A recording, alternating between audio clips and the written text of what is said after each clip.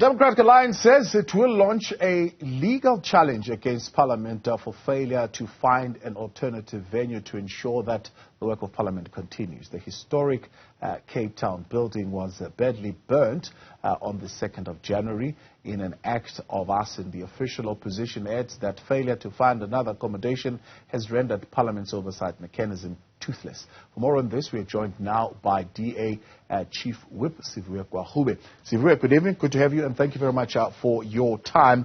My recollection and what I could gather is that in October, you were sitting in a meeting of the Joint Standing Committee looking into Parliament finances.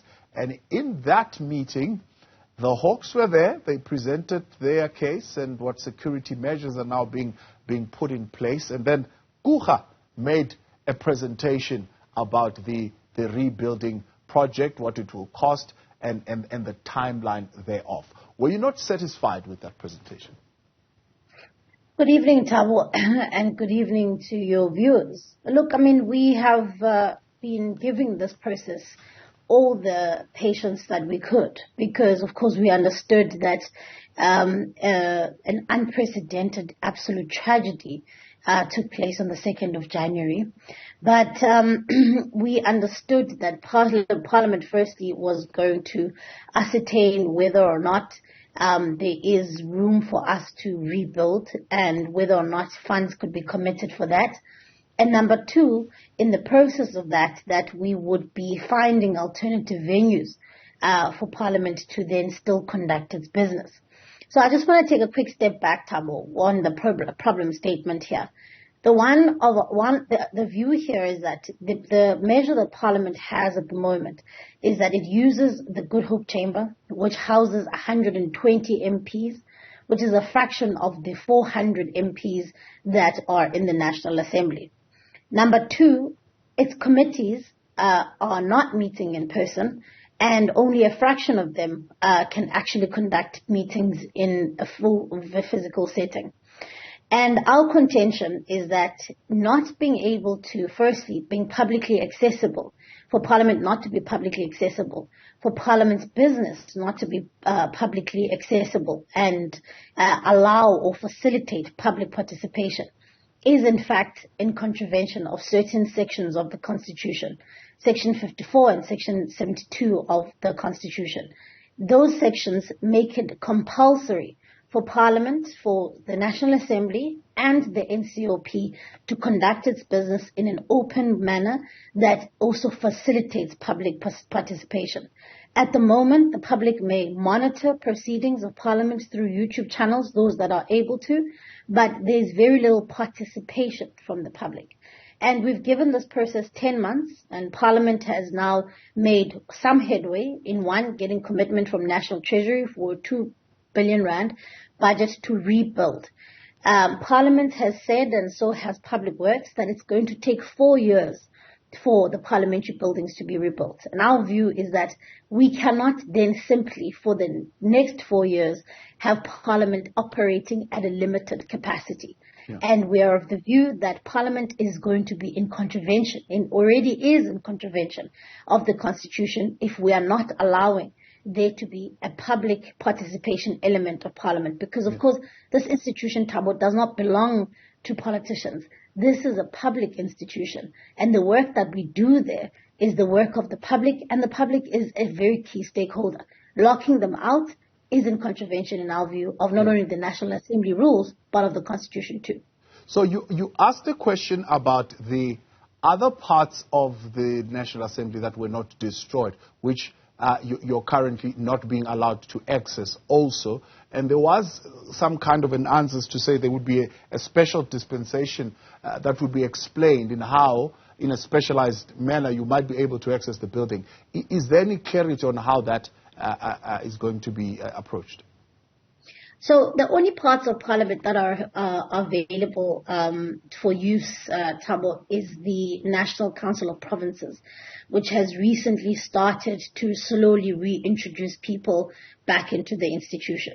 Again, it's only just for the use of members of Parliament, members of the NCOP, And there are no provisions at all at the moment for any members of the various provinces that the NCOP seeks to represent that can attend meetings of the NCOP, that can attend meetings of committees or select committees of the NCOP. So only the NCOP is able to meet physically. And our view is that while, of course, the world has moved on to hybrid sittings and hybrid setups, the reality here is that, Thabo, if anyone has followed Parliament over the past 3 years during the pandemic and over the course of this year, nobody will be blamed for understanding that there is a limited ability for parliamentarians to be able to do their job when Parliament is only meeting virtually.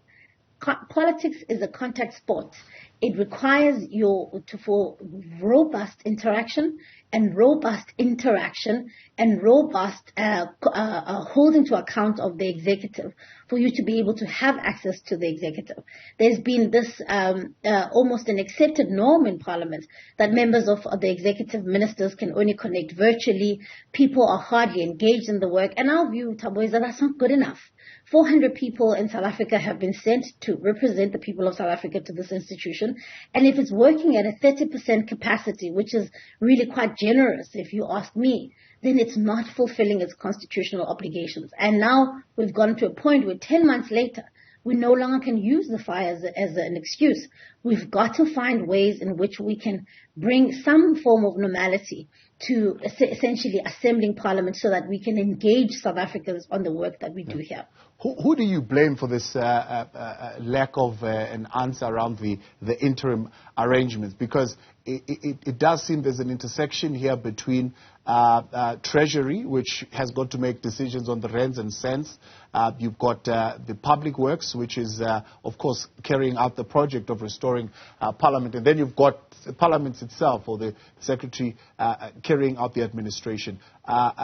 From his responses so far, it does seem that his hands would have been tied to some extent because he doesn't have those rands and cents to be able to maneuver. Look, I mean, if during the medium-term budget policy statement, the Minister of Finance indicated that 2 billion rand was set aside for the rebuilding of the institution, and that 118 million rand was allocated to Parliament as an additional means to conduct its work during this time.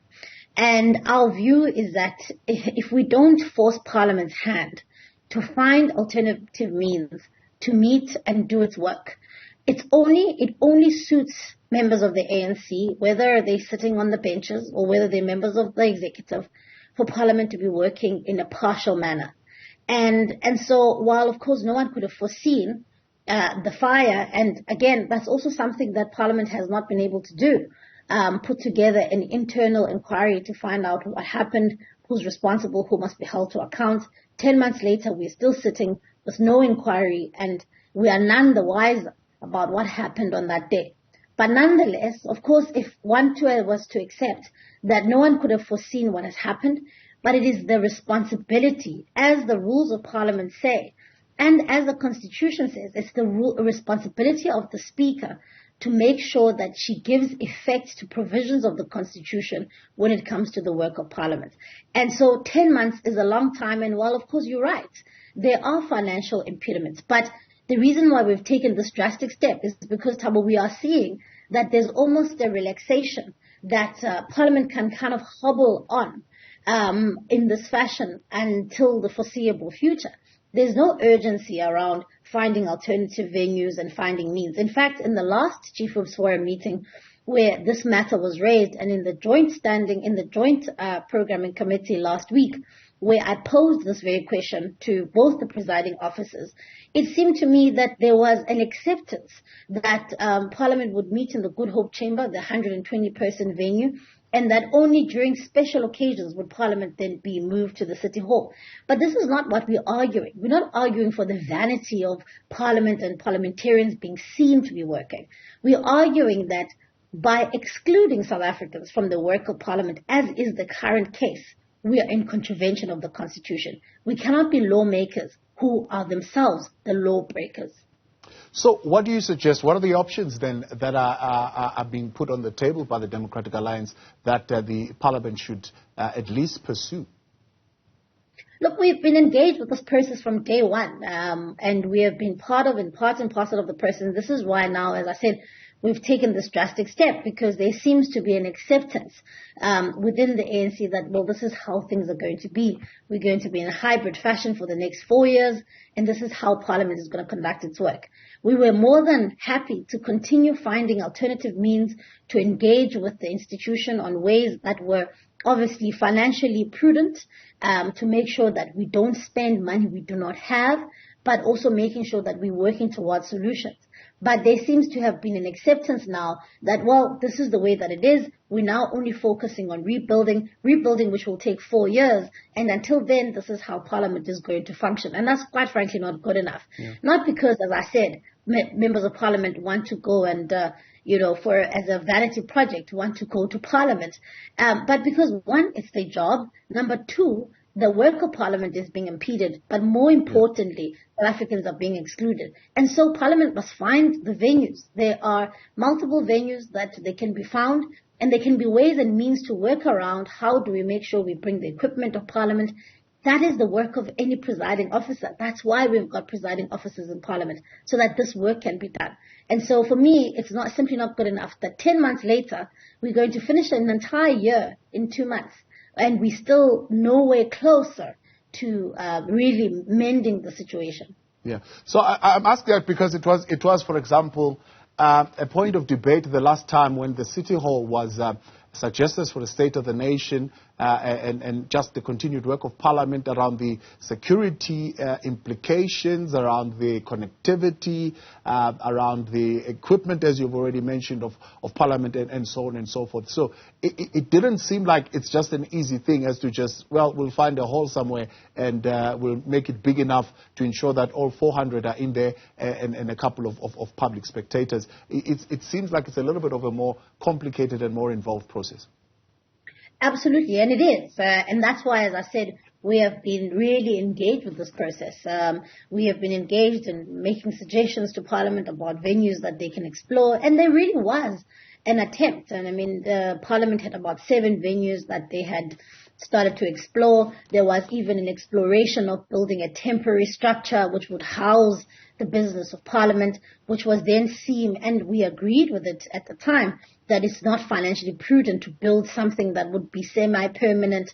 But at the end of the day, now there seems to have been, as I said, a halting of even attempting to find any alternative venue. And this is why now, Thabo, we're turning to the courts to put a little bit of heat on Parliament to say, no, this is not, we're not going to accept this. This is not going to be the status quo. Because South Africans didn't send only 30% of MPs to the institution. They sent 400 members of Parliament to do their work. And, you can say what you will about the hybrid model and how it's worked, and it worked very well under the pandemic. The reality is that we know that very few members of Parliament are fully engaged in the process. And that has everything to do with the fact that they don't have to be in the House to do their work. Members of the executive don't have to be in the House to do their work. And my view is that, well, now Parliament has had a year. We have participated in a process to help Parliament find alternative venues. And you're right, it's a complicated process, which we were all engaged in. We were all sending suggestions. We were really engaged in the whole process. But then there was seemingly really a decision to stop even looking.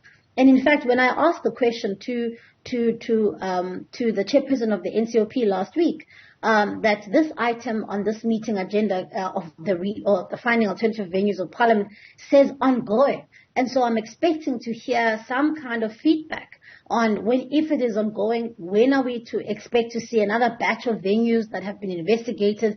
And then there was a response that says we thought this matter was settled.